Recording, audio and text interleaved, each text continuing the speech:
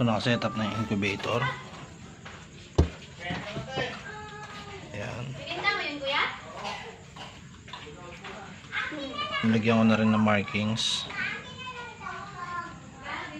So nagtira ako dun sa pugad ng ng dalawa pang itlog para babalikan niya pa.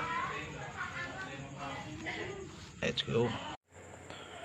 Yon mga kachamba, no, dumating na yung ating Shopee order ng ating incubator. So ang incubator na ito is 50 pieces ang capacity niya. So ayun nga, napakaganda kasi for personal use. Ito gawa siya sa light material, styro. Ayan. So ayan, ayun yung foam niya. Tapos ito yung adapter. Yan, ayos na ayos, di ba? Kung ayun yung plastic, lalagyan natin ng tubig. Ito, yan. May instruction naman siya. Makikita nyo. Kunin natin yung plastic niyan. Ayan, ayan yung adapter. So yung plastic, kung makikita nyo, lagyan natin yan ng tubig. No? Nakaset yan sa, tawag dito, 38 degree. So yan, automatic siya bumababa naman. Kapag after nung So mga kachamba, na wag na tayo magpaligoy-ligoy at magka-candling tayo because yung in-incubate natin na mga itlog ng ating panabong warriors is 4th day na or I think 5th day. So check natin siya.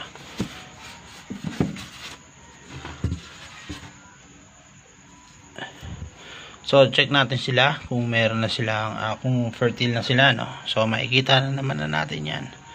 So let's go. Kailangan ko lang patayin yung flash na ito para makita natin, no? Let's go. Buksan lang natin yung ilaw niya. Yan. So this is the first one. Check natin. Yun, kita na kagad, oh. Yun, oh. Kita nyo, embryo na kagad yan. So lalagay natin siya dito muna. Check natin yung other eggs nya. 11 eggs to 11 eggs siya. Yun, meron, no. Yan, yung yolk nya. So hintayin lang natin to mag-matured. Lagyan lang natin dyan. Check pa tayo ng iba. Ito, ayan, pangatlo. 11 to. So tignan natin kung ilan yung fertile. Yun, fertile din, no. Nakita niya, no, bumubuo na yung embryo niya, no. So ilawan lang natin. Medyo hindi, kuha pa tayo ng isa, no. Check pa natin kung okay, kasi mahirap yung galawin ng galawin to. Okay, medyo bata pa to, pero mayroon siyang yellow. So kuha pa tayo ng isa. Mahirap lang galawin kasi, guys, alam nyo na. Yun, ayun, kitang kita agad, oh. Diba?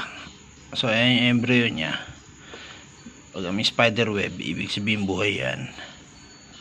May fertile siya, no. So meron tayong 5 rito. Mahirap, yan.